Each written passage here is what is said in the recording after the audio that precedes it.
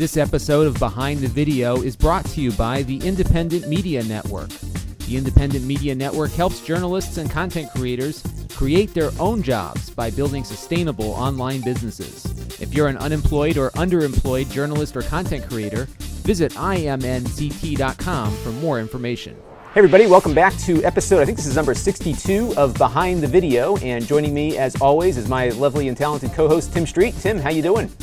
Doing well, Lon. I hear the baby got you up early this morning. 5 a.m. like every day. So, and it's funny, she's not like crying, she's playing, but she just makes so much noise that you have to get up and see what she's up to. So I think it's a very long road ahead, but it's all right. I go to bed earlier now. So there you go. Well, we have a guest this week. And who is that? Kai Hasson. How are you, man? How's it going? Doing very well, thank you. So Kai, tell us a little bit about what you do. You got into web video doing a web series, right? And that turned into a company. Yeah, so I started back in about 2005 experimenting with web video. I was really interested in being a director, and I was told that if you don't pay attention to the internet, then you're crazy. So I started making sort of dabbling in web shows, web content. A good friend of mine wanted to go to Asia and make a web show with me. So we went to Asia and made a travel series called Huge in Asia. We ended up selling that to Lonely Planet, the guidebook. Then we got corporate jobs. I went to Current TV, he went to News Corp. And we sort of, we did that for a little while, a year, and then we had enough and we decided to start a company. At the time, it was 2008, we didn't really know how we were gonna make money. We just knew that we wanted to be part of the industry. So we kind of toiled away for about 2 years trying to figure out what we were doing. We were just making YouTube videos. We were trying to work with different clients, making YouTube videos for them, doing whatever we could. 2010, we made a web series called White Collar Brawler, which is a documentary web series that followed me and my friend as we learned how to box. That was kind of a breakthrough for us. At the same time, we made some viral videos that went very big. And when we came out of that, we sort of had taken another step with our company. We started working with bigger and bigger brands who wanted to use our expertise to make videos for themselves on the web. So today, we're a company, it's called Portal A company of 15 people. We specialize in branded content. So it can mean a lot of things. It's always for the web. It means one-off videos, viral videos. It means web series. We work with clients like Microsoft and YouTube, Benefit Cosmetics, Sephora, to make, I think really fun, smart content for the web. Typically that means they're not commercials. They're stuff that on their own they have to be shareable. People have to want to post them on Facebook. But at the same time, you have to get a message across that the brand has. So it's a challenge. It's really fun. And we feel like we're sort of on the forefront of where content is going. Very cool. One of the things I want to talk about a little bit later in the show is White Collar Brawler. It's an award-winning series. You guys won a IAW TV award for that series. But I'd also like to chat about approaching it from an independent content creator standpoint and what's happened with that show since. So we'll get to that in a little bit. Lon, we have some breaking news. We do have some breaking news, and that is that blip.tv, which has been a service that I've used for a long time because they initially didn't have any restraints as to upload length and all that other stuff, has been sold, Tim, to Maker Studios. That's a pretty big move there, and I would guess it's probably starting that direction towards having some alternative competitor to YouTube and their current dominance over the web play. So what have you been hearing out there, Tim? Because you've been at a couple parties where I'm sure people have been talking about this week, right? Me at a party? I can't imagine that. I don't go to parties. What are you talking about? And let me add something too. For anyone that's ever been with Tim at a party, Tim just kind of goes into the room and the whole party just comes, like by the time the night is over, everyone has rotated around to bend Tim's ear for a little bit. So he's pretty fun to watch at a party. So what are people saying though when they do rotate around the room for you? Well, there's different things. I mean, a lot of people talk about what a great deal this is and how it, blah, blah, blah, blah, blah. So kind of my spin on it. Maybe Kai has a different spin, but what I'm seeing is, Blip's been around a long time. They've had a lot of money invested into Blip, and they haven't really jumped out. Like, people know who YouTube is, they don't know who Blip is. And it hasn't become a destination site on its own. I mean, there are definitely people that have made some money on Blip, different independent content creators, but they haven't blown up. And when you look at Maker Studios, Maker is addicted to YouTube right now. And so for them to create their own platform, they'd have to leverage something that already exists, like Blip, or they'd have to rent something like maybe Bright Cove, or they'd have to build it from scratch.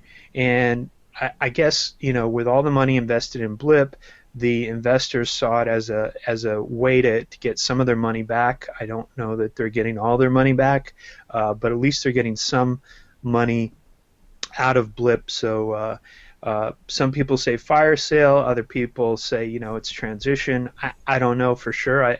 I don't know the exact details. I just know party rumor. So it's all conjecture on my part. But from a Maker standpoint, Maker has investments from, I think, like Warner Brothers and different companies, and they need to break away from YouTube. And Blip, from an independent content creator standpoint, Blip's a great platform. I mean, it provides a lot of value. You get a player that is a pretty gorgeous player. You can slap it onto your own website, and it comes with monetization. So the ads are already built in, which is fantastic. Now, before this purchase, Blip had just changed to where you needed to be approved by Blip in order to use the service, which in the past it was pretty much anybody could be on there as long as you weren't doing spammy type stuff or porn. And that's changing. So as to what happens next for independent content creators, I don't know. Kai, you got any spin on this? No, I mean, I think you're pretty much right. I think that, the collective buying MetaCafe is a good. I think they bought it in June. That purchase happened, and there's a lot of parallels. Obviously, MetaCafe is its own, has its own player, has its own sales team. Collective is an MCN. What they've been doing with MetaCafe, they've been moving some of their partners over to MetaCafe on their website. So you see Video Game High School by Freddie Wong is using MetaCafe.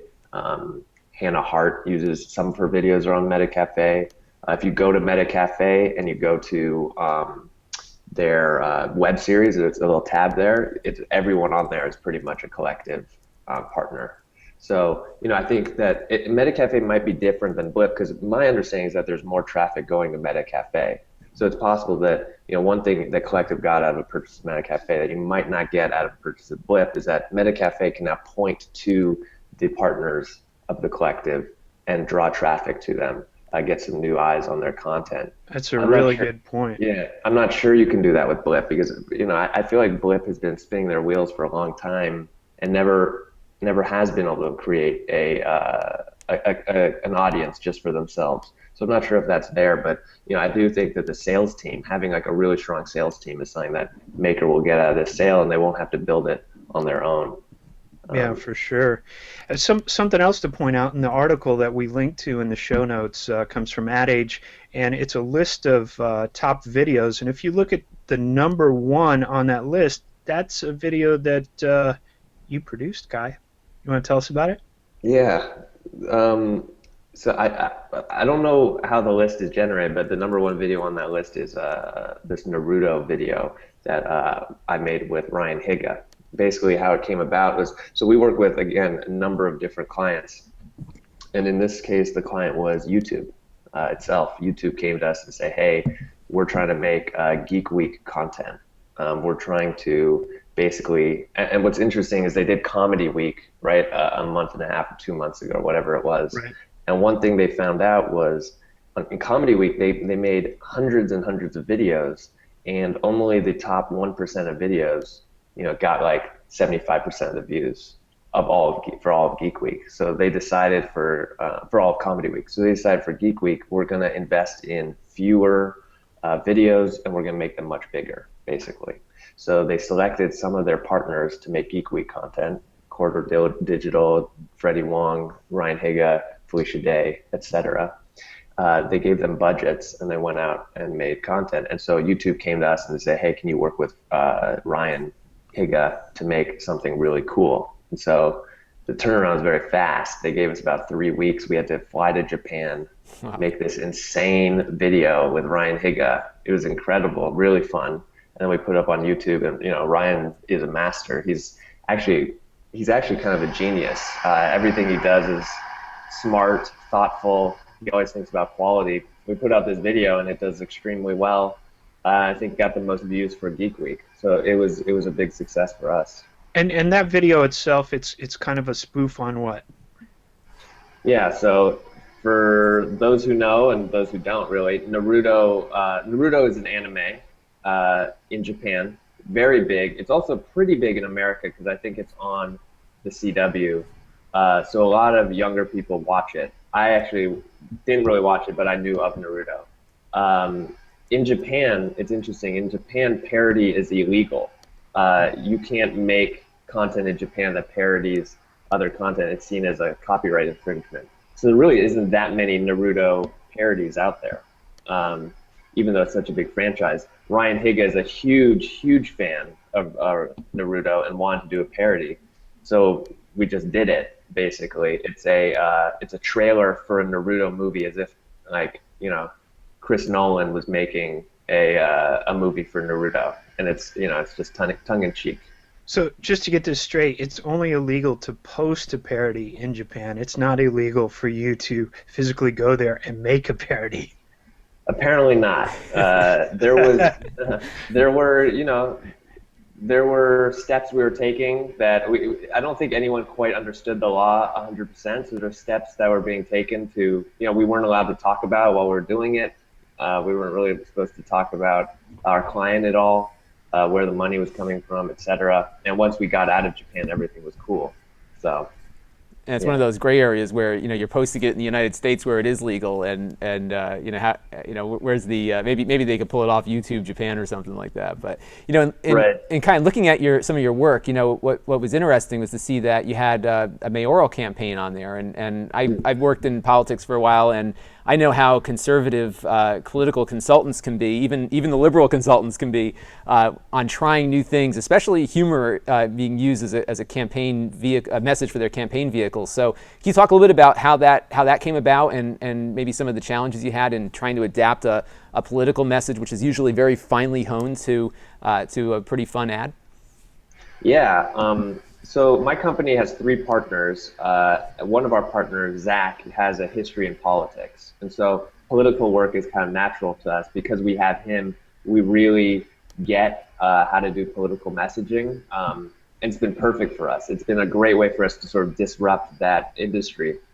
Basically, the story behind that video, we were tapped by, so basically, the mayor of San Francisco was Gavin Newsom, who became lieutenant governor, so they tapped an interim mayor named Ed Lee.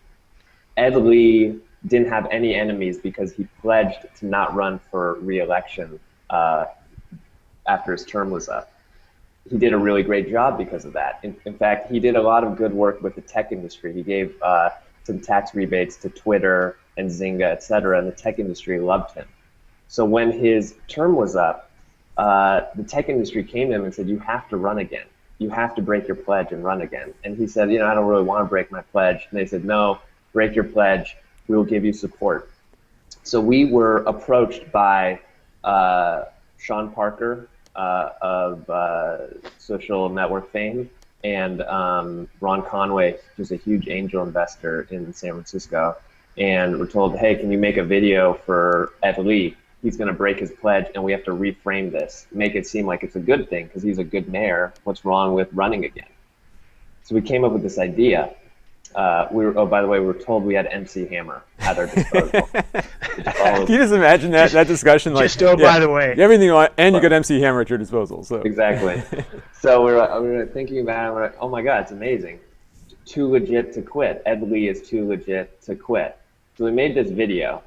Around the time we made the video, Ed Lee was getting really bad press. People were saying he's a liar, he broke his pledge, all this stuff, and that's how his enemies and adversaries were attacking him. This video came out, And it didn't, if you watch the video, it doesn't really talk about what his politics are. You don't get that sense. And some people came to us and were like, that's the problem with your video. I see it a different way. It's not really the point of the video to tell you anything about his politics. It does two things. One, it gets people to watch it. So people in San Francisco, I mean, they don't actually think about a mayor or a race. They don't really care who's going to be mayor. But they did see this video, and it got on their mind. So that's number one. Number two, this video is an endorsement video. You see a lot of different celebrities endorsing Ed Lee in the video. It gives him a lot of cachet. So the video got about 500,000 views, but the way we did our targeting and our distribution, we made sure that a large percentage of those views came from San Francisco. Anyways, we won the race. I won't credit the video, but it was quite effective. On the day the video released, more people were tweeting about the election. 5 times more people were tweeting about the election on that day than on election day itself. So it was an important video, important for the campaign. Especially, and then now we do a lot of political work, and that was our first foray into it. But our other political work, we generally try to be crazy, just like that video. Right, and I think it is definitely, as you said, ripe for some change, because people generally don't consume political content voluntarily, and in that one at least, you got 500,000 people watching it. So, what was the trick to like geo-targeting some of that viewership? Was it just how you promoted it? Was it hosting the video somewhere else beyond YouTube? What was the key to trying to get a more targeted audience for that? Yeah, so back when we released that video, YouTube TrueView hadn't come out, I think, or maybe it was just the very beginning. Now, if we release that video, we would use YouTube TrueView pretty heavily, I think. Back then, though, we used sort of a mixture of, we used Facebook for sure. What we did before we launched the video, we tried different thumbnails and different title words, and we tested them for just like $5 and saw which one got the most clicks. And it turned out that a picture of Ed Lee was not getting a lot of clicks, but a picture of Brian Wilson, the San Francisco Giants pitcher, was getting a lot of clicks, right? So we targeted people who were in San Francisco who said they liked politics with that San Francisco Giants picture and got a lot of views that way. We also used influencers who had big Twitter followings and who were San Francisco icons, so like Biz Stone, Marissa Mayer, Brian Wilson, the pitcher, people like that to tweet, and we sort of had a coordinated Twitter explosion that happened the day the video released. So we did that. We also targeted news outlets. It was a very newsworthy video, obviously, and we targeted a lot of San Francisco outlets.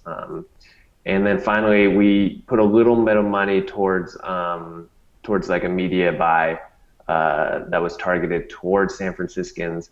How they targeted towards San Francisco, I mean, it depends. There's a lot of different ways. I think the best media buys are diversify, but they'll use things like, on your iPhone, you might have to watch a video before you can play a game, stuff like that. Right. So we got some views that way as well. So mixture of paid and organic, I guess, in that, exactly. In that kind of thing there. So now, where do you see things going next? YouTube is dominant at the moment. There's certainly with the maker buy and a whole bunch of other things going on out there, that there's definitely some movement in a direction towards maybe having some different options for people. But YouTube is pretty much the platform now, right? I mean, do you see anything else happening in the platform space that you guys are looking at that other creators should be considering? Right now, I don't see that. I mean, from my point of view, when we make branded content and we're having conversations with our clients, it's all about YouTube. I mean, we're not talking about any other platform, and we're not talking about, back in the past, like a couple of years ago, a strategy for videos was to release your video on every single platform. Right, that's what I used to do, just two Exactly. mogul and blast it out there. Two mogul, right. Yeah. That's really not a strategy that our clients are using at all. They're looking at YouTube only. They want their video to be in one place. They want to get a ton of views. That's not to say that that the future will be just like that. But I can tell you that the conversation that's happening right now, it's all about YouTube. And what I could see, and what we do occasionally, is we do make pre-roll ads. Mm-hmm. And pre-roll ads are a separate art form. You've got 15 seconds, basically. The first 5 seconds are incredibly important to keep someone from clicking off. Those pre-roll ads can go on other platforms, and we occasionally get approached for that. But no, it's mainly YouTube. I guess occasionally what you see also is they want us to make YouTube videos with the potential that it could go to TV. So a lot of times we cut our YouTube videos to 30 seconds or 60 seconds. Sort of the way we construct it is a lot like a TV commercial, but it's trying to do both things. It's trying to be shareable on the web, and if it's big enough, it'll go to television. So that's kind of where we are now. So you have to really almost write it for almost two different lengths, right? A long form YouTube version and a 30-second, or something where you can pull those 30-second clips out of to make a functional commercial as well. It must be pretty challenging writing that way. Yeah, it is challenging. A lot of the stuff we do that has that sort of cross-platform stuff, that's our political work. Right. Because a lot of it's still TV based, and a lot of it is TV based. And what's fun about the political world is that sometimes the finely crafted television commercial isn't the best political ad. You almost want to make stuff that's strange, weird, that'll stick out. We released a political ad on YouTube that did fairly well, and then it was time to go to television. And NBC actually said you can't put this on TV. Really? Because we were in our ad we were parroting Big Oil, and one of our characters we said was the CEO of like TransCanada, and we used his actual name. NBC said, sorry, you can't put this on. But that itself became a huge story. Oh, I'm sure it did. Right? Was that for a third party organization, or was that for a candidate directly? That was for a third party. Yeah, that's usually what happens. So it's funny, the candidates can put anything they want up and they can't take it down at all. It's just the third parties, the stations have a little bit more leeway there, but that certainly has an impact. Well, it's great because, from a creator's point of view, you have to push as far as you can up to the edge, and if you go too far and you're not allowed to put on television, it's still a win because it's a story, and if you have good PR, right, they'll go and watch it online. Go there. Yeah, exactly. Excellent. Exactly. What's next? Super Bowl? Super Bowl ad? Yeah, I mean that would be amazing. Super Bowl is a great example of a place where the Super Bowl ad itself is newsworthy, right? I mean, you have a Super Bowl ad that's a PR story, and so you can make an ad and it can go huge on the web on its own. It can get more views on the web than at the Super Bowl if you do it extremely, extremely well. So that's a cool place, and we're not there yet, but one day. Sky's the limit. I think you're on your way for sure, because the stuff is really, really high quality. So Kai, do you mind sticking around for a few minutes so we can go through the news? I'm sure you may have some stuff to add in here. So Tim, we'll go to our. We do have a Super Bowl. We do have a Super Bowl story. We do have a Super Bowl story in there. In fact, it's part of our YouTube list of the week. And Tim, we've got two things to look at this week. The first was that brand article in Adweek, which I'll pop up here. That shark on the Roomba was definitely a discovery plant, and made the list at number 3 for the branding.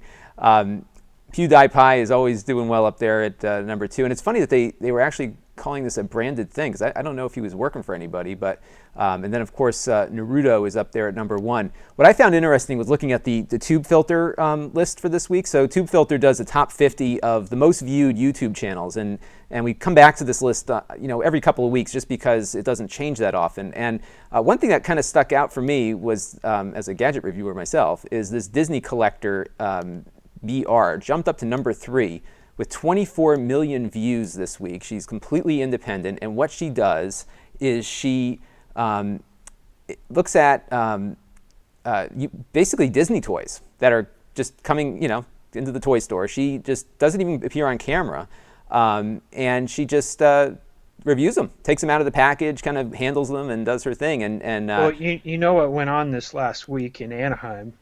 No, what happened? Was the big Disney convention for all the Disney fans. Oh, so this is probably correlating with that. Yeah. So I'm sure there was some tie-in there that blew that up. So, folks like our buddy Lou Mangello was down at the Anaheim Convention Center exhibiting, and he was doing his podcast down there, WDW Radio. So if you're a big Disney fan, you got to check out Lou's podcast. If you're a big Disney fan, you probably already know about Lou's podcast. It's a great one to check out. Got to get them on. But this is like one of those things that just always just amazes me, that just something really simple that doesn't. I mean, what setup is there? There's a green floor and a yellow wall and somebody handling a toy, and it's just huge traffic. I guess parents find that pretty valuable. Kai, does anything ever surprise you? Like, does stuff like this surprise you, or is this something that you would expect to do well? No, I'm constantly surprised, always. I probably have like a moment of realization every 6 months with web video, where I see something that's popular that I never thought would be popular, and it's just, I mean, some of the numbers are astounding with some of these channels. So at this point, I'm surprised, but I'm used to it. And how do you adapt for that? Because obviously things change so quickly, and your business depends on being kind of maybe at with that curve. So what do you do to try to make some of these things part of what you do, or is it that your production value and production quality is different, and it's a different type of audience? Well, the exercise is finding out and learning about niche audiences, really, and finding out how big they are, right? So one of the biggest realizations you can have when you're on the web and you're making content is that the internet is built into its niche audiences, but these niche audiences can be wildly huge, right? I mean, it's bigger than you can ever imagine. Right. So fans of collectibles can be so big that you can make something that can be worth millions and millions of dollars. You can make a property just based off people like that. So once you get that fundamental understanding down, then it's a matter of finding out what those niche audiences are. I'm not someone who says, I didn't come into the space knowing what all the niche audiences are. I still don't know what they are. I find out every day that, there's another niche audience that wants content, and you could possibly work with a brand and target that niche audience. And then once you know that niche audience is out there, you try to figure out, where is that niche audience located? Are they on a Facebook fan group? Do they have their own website, a blog? Are they already on YouTube looking at certain channels? How can I partner with those partners? So that's where the strategy comes in. So yeah, what we do, we spend a lot of time thinking about the niche audiences. We spend a lot of time trying to find the niche audiences. When we get a new brand coming to us, we think about what niche audiences are perfect for that brand. So we worked with Kimpton Hotels recently, a hotel chain. They have a wellness program. They were releasing yoga mats in every room. So we were looking for what niche audiences are going to want to watch a video by Kimpton Hotel. And we targeted a lot of people doing yoga. We targeted a lot of females in business who are doing a lot of traveling websites. And then you find out where they are on the web. So that's kind of what we do. It's pretty amazing. And yoga in particular, my neighbor right next door is a video guy too, and his wife owns a yoga studio, or it's actually a Pilates studio, and they do a lot of web video, and they're starting to see some real traffic on it too, which it's just amazing how much niches are out there. So so Tim had talked about this on the outset of our YouTube segment here, and that is the Super Bowl playbook from Unruly Media. So this came across on one of those things that Tim gets every morning on his email there. So basically, we had that blackout that happened during the Super Bowl last year, and Unruly Media is kind of coming up with a guidebook for brands to be a little bit more agile when these opportunities occur. So as you all recall, Oreo started tweeting out like, hey, it's a good time to go get another glass of milk or something. I think they actually did some creative, not only just tweets, but I think there was some creative involved with it too. So some opportunities there. If you go to Unruly Media, you can give them your email address, and they will give you some feedback on what to do during the Super Bowl breaks, or perhaps pauses in the game and whatnot. So that could be pretty fun. Tim, any thoughts about what people should be thinking about, maybe even for creators to get some attention, right? Because there's a captive audience on Twitter. Yeah, I think there is an opportunity for somebody to emerge out of nowhere if the timing's right. It's an opportunity where you look at last year when the blackout happened, that was taken advantage of, but it could have been taken advantage of by somebody who no one had ever heard of before. So it's just being ready, being prepared for that right opportunity. Didn't that whole what was it, that meme where everybody does the dance? I forgot the name of the song. The Harlem Shake. Wasn't that there was a Super Bowl connection there? Like it was getting spread around during that. They did take advantage of that. Kai, who was was it Maker or the Collective that was seeding that? I don't remember. I don't Yeah, know. I think it was one of the MCNs was behind seeding Harlem Shake and getting that ball rolling. Because that was kind of the genesis, was the Super Bowl blackout, that this thing was going around at that time, and it just kind of took off. And Kai, the brands that you work with, they're smart enough to hire you because you are thinking differently. Do you often, and obviously you don't have to give us direct examples, but are you often finding yourselves doing a lot of consultation and education about being a little bit more risky perhaps, or maybe being a little less conservative as to when to communicate and not testing things so often, given that there's very little cost in distribution? Is there something that brands should be doing around the Super Bowl and around events that occur that can give them the opportunity to speak more quickly? Yeah, I think, I mean, timing is super important, of course. It was interesting because it's not even, it didn't necessarily come from brands. I remember we were part of Next New Networks back before they joined up with YouTube. And Next New Networks, one of their biggest values was actually they made the YouTube playbook before it was the YouTube playbook. And one of the most important things that they talked about was timing. And they were really great about it. They would communicate with their creators every single week. They would say, here are the big events of the week. This is the type of content you should make. This is what you should be thinking about. And so we've taken that into our, a couple years later, a few years later, we've taken that into our conversation with brands. So when we make a video, we think about what type of events are going to come up, what are people going to be looking at, and how can we position our video. And just for like an example of sort of how it can work is, we were thinking of making a video about a love story for a brand, and the brand really wanted to put it out on Valentine's Day, and they wanted to position it against some Valentine's Day content. And at first we thought that was a great idea. It sounded amazing. And then we looked at our content, we looked at our plan, and we realized that if we did that, our video would just get swallowed up. It would never be seen, because there was going to be a ton of other content coming out that same day with the same feel and tone. So in that sense, we actually made a decision not to put it out on Valentine's Day, to actually wait and separate our video. So you're making decisions like that. Sometimes it can seem like a good idea. Sometimes it's not a good idea. And I guess you could often learn from what doesn't work for the future, unfortunately, right? It's tends to be how some things go. So exactly. Now, Tim, also we have another story on here about some stuff that the Interactive Media Emmys. So I guess, is that a new segment, Tim, the Interactive Media Emmys? Is that? No, it's something that's been going on for several years. But this year, one of our show guests and friend of ours, Bernie Sue, has won a Interactive Emmy for Lizzie Bennet Diaries. Oh, yeah, look at that. He gets to pick that up, I believe, on September 15th, maybe? Interesting. Something like that, or 12th, September 12th. Well, it's incredible. He's up there with some major names, right? I mean, this is a pretty big honor. SpongeBob, yeah. Oprah. Top Chef. I mean, these are all like, to be up at the same stage as Oprah on something is pretty remarkable, especially for something, all the other categories here really started in traditional media, and this is something that hasn't touched the television set, at least not one that's not hooked up to an Apple TV or something. So that's it's pretty remarkable, pretty neat stuff. So moving on to movies, Tim, pretty slow week box office wise. The World's End was number 5 at $8.5 million this weekend. That was it. That's the number 5, isn't it? $8.5 million. So you can imagine the rest of the movies didn't fare that well. Planes is number 4, but it's still doing pretty lousy at 8.7 million this weekend, 59 million overall. Mortal Instruments, its first week, sounds pretty gory. 14 million so far for its cum, 9 million this weekend.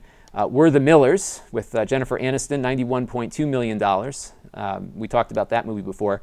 And Lee Daniels, The Butler, is in it number 1 at 50 million, and this is week 2 for it. And there was a really neat article in The Wrap about, even though this has been the most successful summer for Hollywood dollar-wise, they're not all that happy about it because of the amount of money that they had to put in to get to that figure. That the margins are not as good because of the fact they're trying to find the next big franchise, and because everyone's trying to find the next big franchise, they're all putting a lot of money into things that really aren't sticking. And it was interesting in this article in The Wrap, if I can pull it up here, is that the like the kids movies. There's just too many of them, right? There's just too many choices for parents. You got 2 Pixar movies, the Turbo, a whole bunch of other stuff. Really hasn't been doing that well. Tim, what do you think about Hollywood's woes here? What's the deal? Well, it's death by a million cuts. I mean, there's so many things to do, and with the iPad and the iPhone, kids have entertainment all the time, so they're not clamoring to go to the movies. Also, particularly on this weekend, this is kind of back to school week, so there's a lot of kids going to school, and they aren't going to the movies. They're going shopping. They're buying backpacks. They're buying clothes, and they're going to school. And moms are and some dads are having to deal with all the challenges of carpools and just all the rigmarole of what are they going to pack for lunch and those types of things. So not huge on box office. And then there's always YouTube on the iPad, which Disney's done research that says that if kids are consuming video, chances are it's on an Apple device. Something I learned at a party. The only thing that I could think that would make less sense is probably having Ben Affleck be Batman. Yeah, right. Which is our other big story of the week, and I was waiting for Ben Affleck to be anointed the next Han Solo too, or something crazy like that. So, that I could have digested a little bit better for some reason, because it just seemed like he was rebuilding his career, and he was heading to a place where he's a respected director, and then I don't know, to play Batman, it just doesn't. I don't see the brand permission. Kai, what do you think? I mean, I see it from Ben Affleck's point of view as like a huge FU. Like, I'm back. This is like I got my Oscar, and now I'm going to do this thing, right? Totally. This is like he's shooting for the moon, and he wants to have the greatest redemption story of all time, right? It's like it wasn't enough to win an Oscar as a director. Now he's like, I'm gonna be the biggest star I can be as well. So I respect it. I think he's setting himself up, if he succeeds, as this is going to be, the greatest comeback of all time. But this is what he failed at before. So we shall see. I have a feeling too that there's something to be said about lowering expectations and doing it on purpose. And this viral nature of how, I mean, certainly Ben Affleck playing Batman certainly has its deserved criticism, or deserved skepticism, I should say. But at the same time, perhaps these things are being done in a way to lower that expectation bar, so that when people actually go to the movie, it's not as, there's no high expectations coming into this film. There's pretty low expectations, and anything that looks good will rise above what people thought of it coming in. But I think of just this whole Ashton Kutcher and the Jobs movie, which apparently isn't that great of a movie, but I think it would probably have been panned worse if people weren't just destroying Ashton Kutcher for the last year as he's been working on this film. Tim, what do you think about that? Yeah, I feel like this is one of those films that I've been hearing about, that it's gonna be made, but I never heard that it was coming out. Like, for some reason, I knew it was coming out, but I didn't hear that it was coming out. It just didn't. It felt like they bailed on it early. Right. And I guess they roll it back, and they kind of redid it, and they had some work that they did on it. Yeah. Right? Yeah, to me, it just mismanaged along the way, and obviously, the timing was off. But sometimes you win, sometimes you lose. It's like boxing. You got to be prepared. And right. I'd love to, if we have a little bit of time here, to talk to Kai a little bit more about White Collar Brawler and that journey as an independent content creator. And Kai, where's it headed to next? So. It is actually heads for television. In October, it's going to be one of the first shows on Esquire television. Esquire magazine bought G4 TV. Right. Now they have their own channel. So it's going to be a show coming out in October called White Collar Brawler. Our web series was 24 episodes, followed me, my friend Nate, as we trained to box over 3 months. The show is going to be 6 episodes to start. Every episode is going to follow a new set of boxers, office workers who will fight each other. So it's really exciting. When we made the show, we were not necessarily trying to make something that would go to television, but we were trying to create a property, sort of a multifaceted property. We got an investor to help us out on the first season, and we told him we're not going to make money on a CPM. That's not our strategy for this. Our strategy is to make money in other ways. So, for example, we sold a lot of tickets, 1,000 tickets to our final fight. We sold those tickets at about $25, $30 a pop. We also had VIP tickets for like 50 some dollars. So we made a lot of money that way. Then in creating a property, we were able to, we had fans, we were selling T-shirts, etc. And now we optioned it for television. We're now going to have a percentage of that production budget every time we make an episode. So that's there too. For us, it just never made sense to think about our show as something that could make revenue on the CPM. When you go from zero, when you start at scratch, the idea that you can build a big enough audience quick enough to make money off of YouTube, to us, it seemed far-fetched at the time. I still think it's pretty far-fetched unless you have some influencers on your side in the show itself or some other thing up your sleeve. So you have to think about other ways to make your money. For us at the time, it was, hey, let's have live events. And then soon it became, we can take this to television. So now it's like, it's a nice ending to our story because I feel like we wanted to be a company that made cross-platform material.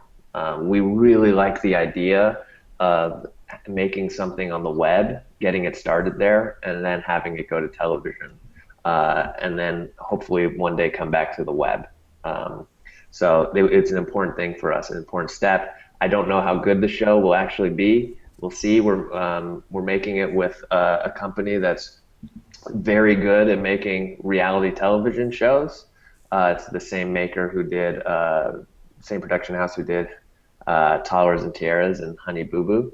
That worked. So yeah, that worked. The show is going to definitely have a veneer of like reality television. So it'll be very interesting to see how it turns out. Now I guess we don't want to give anything away if people are still watching through this the web version of this. Who won, or should people watch?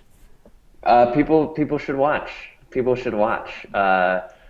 It built. I mean, you can just skip to the last episode if you want to look. But right. Yeah, it was interesting because again, like you set up a story where you have two sides, and our fan base picked sides. And so if you look in the comment section, you've got fans of Nate and fans of me, and they're arguing with each other.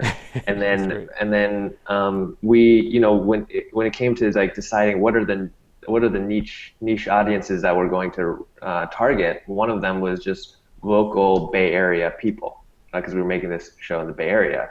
So we were really trying to drive a lot of our press, a lot of our outreach towards people who lived in the Bay Area. So we had a lot of just local fans of the show. And when the final fight happened, 1,000 people showed up. They were wearing blue shirts for Kai, red shirts for Nate. People were talking smack. They were making bets. It was really, really cool. And it felt like a professional boxing match, but it was two guys who had never boxed before. They had just learned how to box. So and this is your really good friend that you're boxing here, right? Was yeah, it's my partner at Port LA. I grew up with him. We went to kindergarten together. So yeah, big part of the show was just sort of two friends going to battle.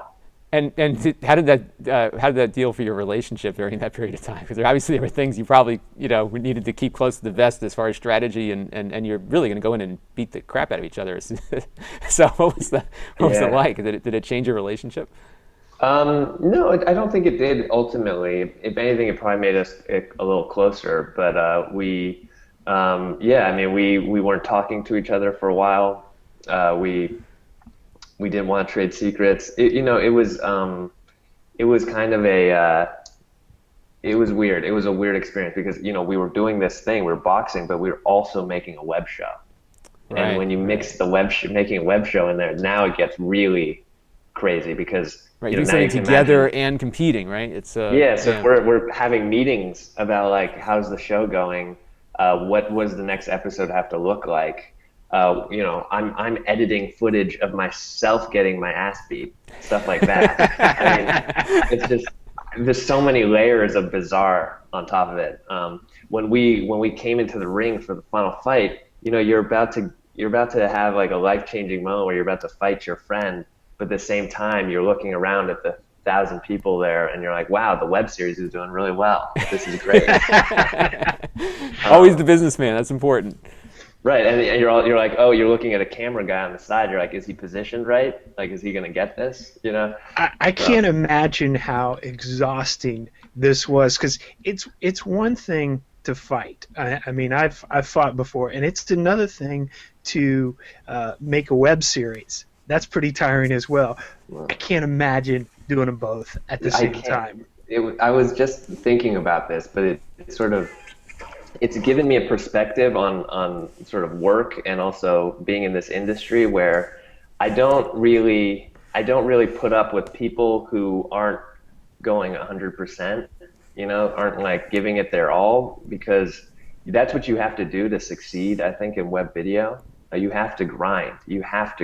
And so I have been in a position where I've grinded so ridiculously hard, where, you know, I would spar on a Monday evening, get my face bloody, and then I would go home with an SD card of footage in my hand, and I would edit an episode that night and watch the footage of myself getting crushed, and I'd have to make decisions like, well, this is episode 12. By now I should have worked on my jab a little bit, so I'm going to edit in shots of myself punching the guy, even though I got my ass beat. I'm going to make it kind of seem like I'm doing all right, you know, things like that.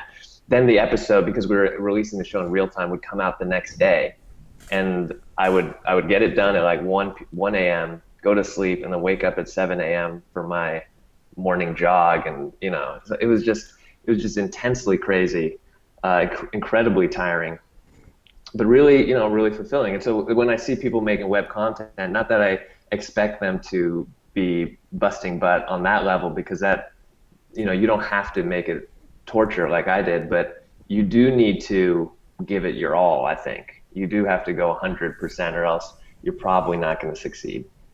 I think that's very true, and the grind is really important to building audience over time. It just doesn't, like you said, it doesn't happen overnight to most people. It's like winning the lottery in many cases. That takes a lot of work to get there. And were you meeting with clients at the time, like coming in like just beat up in the morning? Did you have to explain to them, like, you know, walking into the big brand headquarters that, you know, with a black eye or something? What was that like? No, what we did was we decided, hey, for the next 3 months, this is what we're going to do. Okay. Oh, so it's total focus on that. Got it. Total focus on that. So yeah, no, we gave it 100% on that.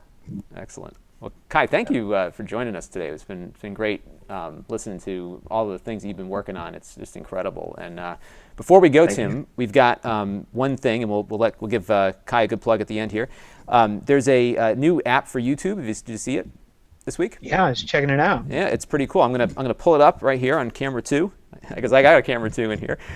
So what you can do now is, while you're watching a video, of course, you can always go full screen with it. And this is a classic game room. This is another one of these guys you haven't heard about, but it's got a huge following. What you can do now is, apparently, it's not working right now. You can apparently swipe this thing off to the side and continue browsing YouTube while you're watching. Let me see if I can get this to work right here. There it goes. So now I've got it down at the lower end here. I can still continue watching the video, but I can also search for what I want to watch next also. And you have to stay in the app. It doesn't work in the background, but they've added some pretty cool new features to the YouTube app, making it really slick. I don't know if annotations are working yet, though, which has been our gripe, but hopefully that will come soon. They tell me they can't do it. Can't be done at all. That's what they keep telling me. Wow. Well, you heard it here first. So that's it. But that's the new YouTube app. And next week, Tim, I've got another cool drone-related app to show off. So we'll tease that off there. So Kai, where can people find you on the internet? So my company's website is portal-a.com. Take a look at our stuff. And my Twitter is @Kai Hasson, KAIHASSON. And Tim, how about you? @1TimStreet on Twitter. Find Tim there, and you can find me at Lon Seidman, LonSeidman. We record this show every Sunday morning at 11:30 a.m. Eastern Time, 8:30 Pacific. You can find us on our Google Plus community, which you can get to at behindthevideo.com. Also, Stitcher, iTunes, wherever you can find us, we'll probably be there. And if we're not there, let us know. We'll put ourselves there. So that'll do it for this edition of Behind the Video. We are a wrap. Stories for this episode were compiled by producer Jason Perrier. Follow him on Twitter at JASONPERRIER. Behind the Video is a production of Ape Digital Incorporated and the Independent Media Network, LLC. All rights reserved.